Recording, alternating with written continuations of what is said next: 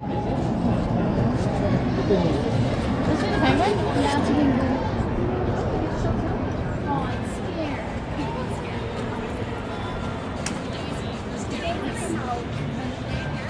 Sweet pea.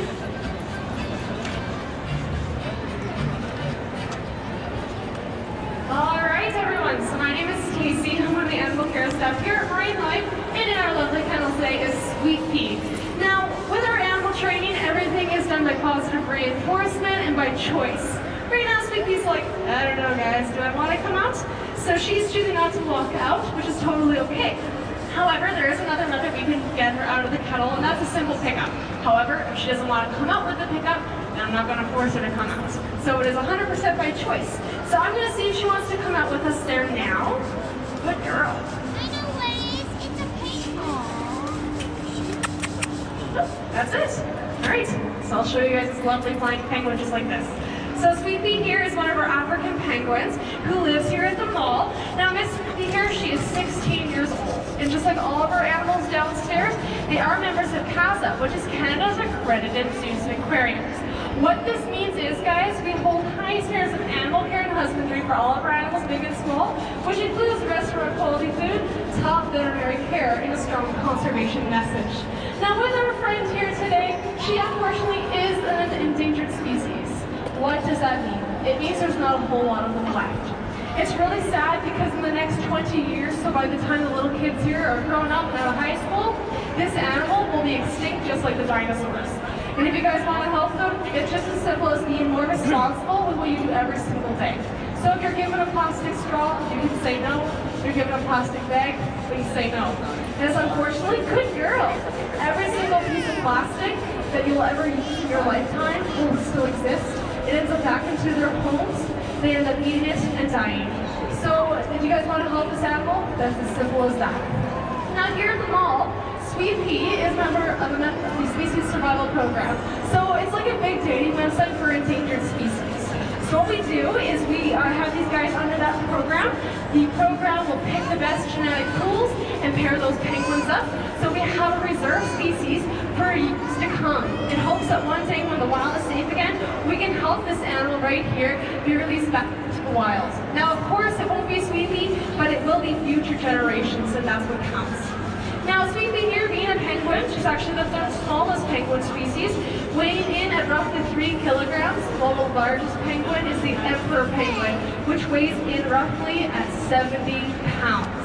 It's a huge penguin. Now, this particular species of penguin, just like all penguins, can't fly. It's actually the exact same reasons we can't fly. It's solid bones and, well, short feathers. We, of course, don't have feathers, but if you compare your arm hairs in comparison to your head, totally different. Now, after the presentation today, Sweet Pea will be coming back out for you guys, and you guys can have your opportunity to have your photo taken with her.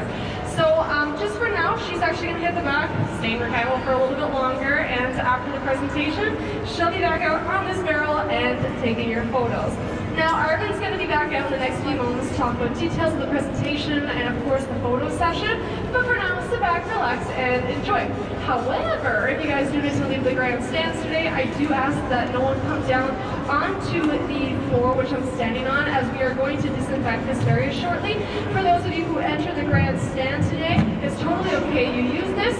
However, if we have our animals down to this floor, we want to make sure whatever is on your feet doesn't end up on their bellies. But yeah, thank you for being at Sweet Pea's Food Show.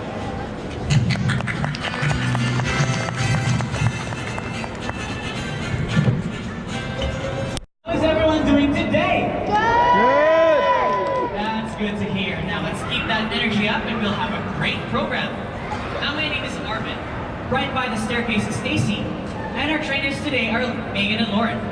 Together we are your Sea Lion team. Now is everybody ready to have some fun? Yeah! Great, that's good to hear. Now you know what else is super fun? Let me give you a hint. It's rules. Rules are super fun because rules keep you safe, ourselves safe, and our sea lions safe as well. That's why I'm here to talk a little bit about them, okay? So pay attention, it's very important. First, in the unlikely event of an emergency, we do have 2 exits. The entrance gate and a penguin door to your right shoulder. In the unlikely event of an emergency, please use the quickest way out. If it's the penguin door to your right shoulder, there is a blue button on its very left side that you can press to swing it open. Otherwise, it is just a wall. If it's not an emergency though, please make sure to use the entrance gate. But keep in mind that we do have a no re-entry policy in effect right now. What this means is, if you choose to leave right now, we cannot let you back in the grandstand area. This will exclude you from your photo session, so please keep that in mind before leaving the grandstand area today. Speaking of our grandstand, that is exactly where you're sitting right now. Everything down front, all the way to the tower, and even where I'm standing is known as our set. Please do not walk from the grandstand to the set unless you have been chosen as a volunteer. A volunteer gets to play a game with one of our sea lions and maybe have a photo taken with them as well. Now, if you want to be a volunteer, you gotta make sure you tell us by clapping your hands, stomping your feet, making a lot of noise, and answering questions. You don't even have to raise your hand, just yell the answer out if you know it. And if you are chosen as a volunteer, you gotta make sure to go where Stacy is. There will be a black mat down front, and you will step on it to do a bit of a shimmy and clean your shoes in the process. Now, if you want a photo with the sea lion, as well as Sweetie the penguin, but you're not chosen as a volunteer today, don't fret. We do have a photo session for you in the grandstand alone. We'll talk a little bit about that later on, but know that this will be after the presentation directly. So if you do want to stay for the photo session, remain seated and we will get on that after. Now with the sea lions, they will go right down front. So please keep in mind that you cannot reach out or try and pet the sea lion or gain their attention in any way, as they are expecting to interact with only their trainers today. Also, if you have toys, coins, and other small items, please make sure not to toss them into the pool or anywhere near the sea lions down front, as they do not want to eat coins, toys, and small items. They'll be stuck in their bellies. That's not good. Now, one final thing. Please remain seated the entirety of the presentation. If you are very excited for the sea lions, that's great, we understand. But we gotta make sure everyone's sitting down. That's all my rules for today, but let me tell you a little bit about the sea lion you'll be meeting right now. His name is Pablo. Pablo is our only male sea lion in Sea Lions Rock. Pablo is going to be very big. He actually weighs in at around 240 kilograms. That's around almost 600 pounds. So let's give Big Pablo a big warm welcome. Woo!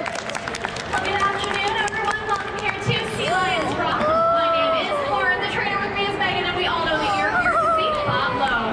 Pablo is a 22-year-old male California sea lion. He is the only male living here, which means that he is our largest sea lion. What you doing back there, Megan? We're finding a fish. Megan has bad aim. Pablo is our largest sea lion, as the males can be 2 to 3 times the size of the females.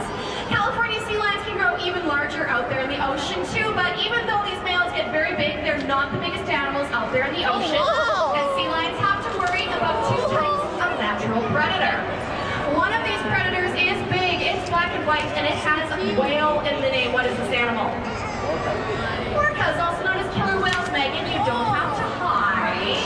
There's no orcas in this pool. If you want to search it, you can go ahead, but I'm pretty sure there's only sea lions swimming around in here. You're going to take a look, just to be safe. Okay, search that pool. Anything? No? There's so One more look. Any orcas? I didn't see it. No orcas. All right, the pool is safe. So that means that Pablo can head into the pool to show us what his next predator looks like. So everybody, eyes on the pool. Pablo is going to do an animal impression. What's he trying to be? Shark. That's because large sharks like great whites will also try to eat sea lions for lunch. So predators might sound pretty scary, but an adult sea lion has lots of ways to keep themselves safe. To get away from their predators, they just go somewhere that sharks and killer whales couldn't possibly follow them. Where is that? Rocks. Onto rocks, onto land, absolutely. They can go onto beaches, they can even find high rocky coastlines, and that's something that keeps them well out of reach of any sort of lurking predator. So right where Pablo is right now, that's a pretty safe place to be. They're going to have to head back into the water in order to find their own fish, though. Fish are not going to be walking around up on the beach. So while they're swimming, they will rely quite heavily on not being seen in the first place. What color is Pablo? He's brown. He's brown. He's very dark brown, almost black in color. And that is thanks to the thin fur that covers him from his nose all the way down to his tail. Now, sea lion fur is very thin, and it doesn't actually help them stay warm. So I'll actually show you just how thin it is. Hi there, buddy. Target. There. So as you comb through, you're going to see how thin sea lion fur is. This fur does not help them stay warm. It's just there to help them camouflage into the murky waters that they swim in. Good. Now, you're with Megan now, sir. There he goes. Now, while blending in is also going to help them, they've got one more thing to do. When Megan and Pablo were checking the pool, they were relying on Pablo's senses, and a wild sea lion is also going to use their senses to detect a predator before that predator finds them. So I would like you guys to guess what's more important for a sea lion underwater, sense of vision or sense of smell? Whiskers. Hands up for vision. Hands up for smell.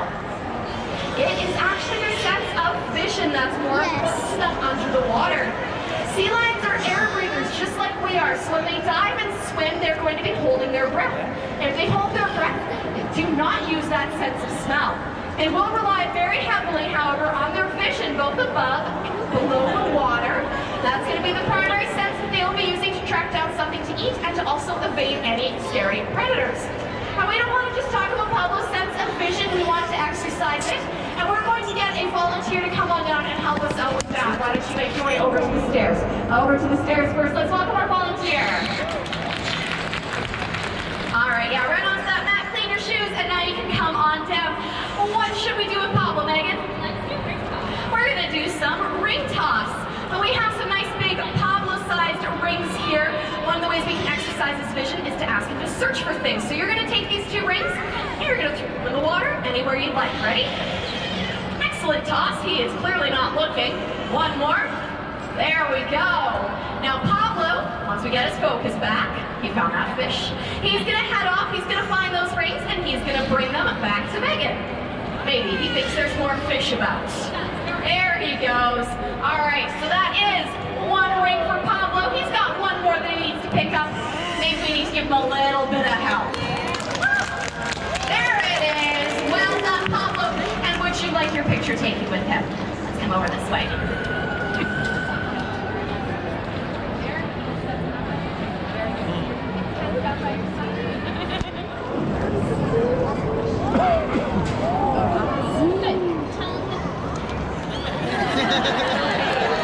Some volunteer. I had my mic off. That was awkward. All right, you can head on back to your seat. Very well done. Now, what you've seen from Pablo so far are a couple of trained behaviors. Pablo is a sea lion who has spent his entire life under human care, as have his parents and his great-grandparents. Now, we are able to train Pablo to do a variety of behaviors, but the key with training is we are not making him anything.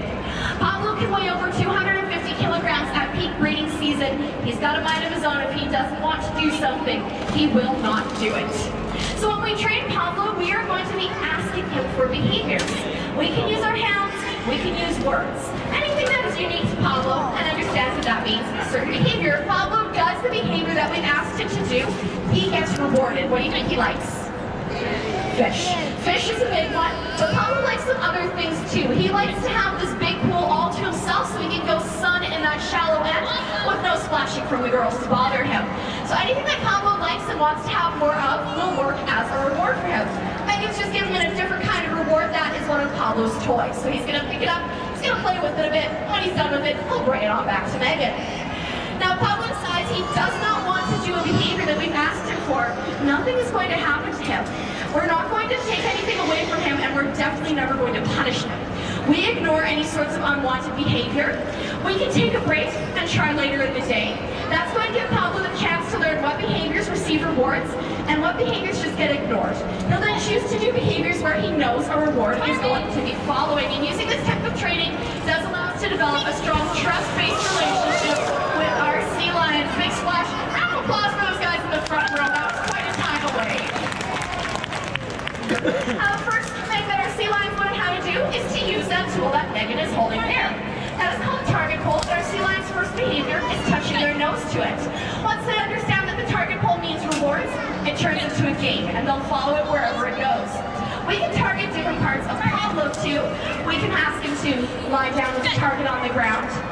We can put a target on his nose. We can put a target on his flippers. And that's going to help us move Pablo in different ways and start teaching him some new behaviors. Target pulls, yeah, that is pretty fantastic. Target pulls are extremely important for helping us take care of our sea lions. They're also really important for making sure he gets some exercise, such as by doing those jumps that you saw earlier. Now, you know what, folks? Pablo can jump a little bit higher. We would like a volunteer to come down and help out with this, but I have to warn you, you will get soaking wet from head to toe. I see a couple hands going down. Who would like to come down? You've got two hands in the air, so I'm going to assume you're very excited. Head on over to the stairs. Let's welcome our volunteer. All right, so we're going to get a bigger target pull for Pablo. And when we teach behaviors, we also take them in steps too. So we'll start with just a little jump for Pablo, and we can gradually ask him to jump higher and higher and higher. So a little jump like that, a little splash from the front row again. He seems to like you guys today. You're going to come right on up to the glass here, right here. You are going to hold this target pull right over the water like this. There we go. Now I am going to take a couple big steps back, so I don't want the bike to get wet. And Pablo's going to come splash and find that target pull. Let's cheer him on. Here we go. Very good. You know what? You missed the worst of it. Now would you like your picture taken with Pablo? All right, let's get you set up here. I'm so excited on the picture.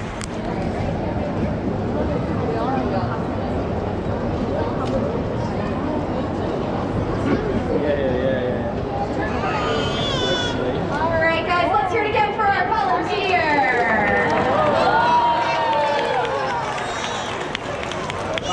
Excellent job, my dear, and you can head back up to your spot. Well done. The most important reason to train is not to do fun behaviors like that. It is to just help take care of them.